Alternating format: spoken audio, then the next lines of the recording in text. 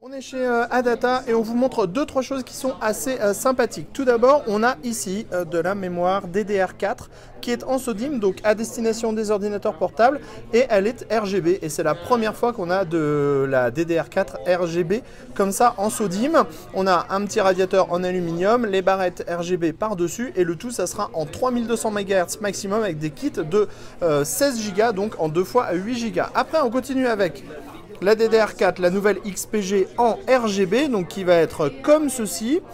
Donc au niveau des vitesses, maintenant Adata va proposer du 4600 MHz également sur des kits en 2 fois 8 Go. Voilà le petit produit qui est sûrement un des plus intéressants et des plus rigolos à découvrir ici chez Adata. C'est de la barrette mémoire DDR4 qui s'appelle le Jellyfish Project. Donc on a des petites diodes RGB sur le dessus.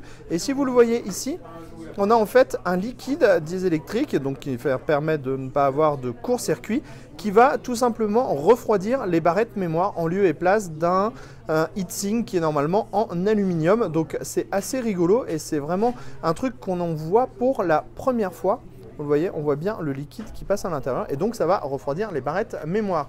Ensuite, on avait aussi pas mal de RGB sur du petit heatsink pour mettre sur votre module, par exemple 2280.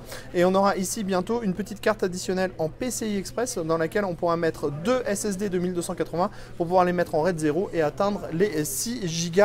On pourra par exemple mettre le SX 8200. Qui est un modèle qui exploite un contrôleur SMI de la 3D TLC NAND.